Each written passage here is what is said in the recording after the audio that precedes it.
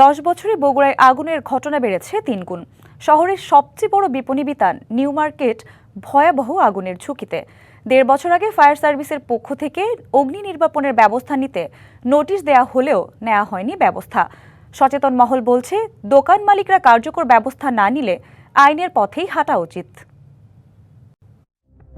বগুড়ায় 2024 সালে 773টি অগ্নিকাণ্ডে পুড়েছে অন্তত 12 কোটি টাকার মতো সম্পদ। অথচ 1 দশক আগে আগুনের ঘটনা ছিল 205টি।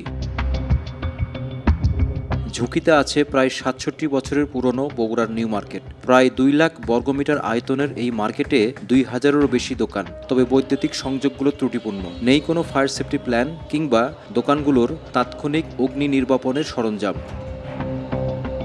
2024 সালে সমস্যা চিহ্নিত করে দোকান মালিকদের নোটিশ দেয় ফায়ার সার্ভিস।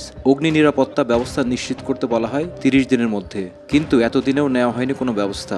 কন্টিনিউ পরিদর্শন করা হচ্ছে, নোটিশ প্রেরণ করা হচ্ছে, তারা আশ্বাস দিচ্ছে যে ফায়ার সেফটির ব্যাপারে তারা ব্যবস্থা নেবে, কিন্তু আগে যে অবস্থা ছিল বর্তমানে সেই অবস্থায় আছে, কোনো রকম পরিবর্তন নাই। যদিও দোকান মালিকদের দুটি সমিতির নেতারা ফায়ার সার্ভিসের সব শর্ত পূরণে সময় চেয়েছেন। প্রত্যেকটা দোকানে সেফটি একটা ট্যাঙ্কি যেটা স্প্রে যেটা এটা রাখার জন্য আমরা বলে দিয়েছি। কিছু কিছু দোকানে রাখছে, অনেকে হয়তো রাখেনি। কি বুঝলেন ভাই? অনলি যেটাই চাই।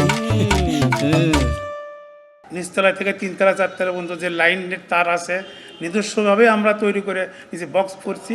শর্ট সার্কিট থেকে হয়ে দুল থাকে, সঙ্গে সঙ্গে সে পড়ে যাবে।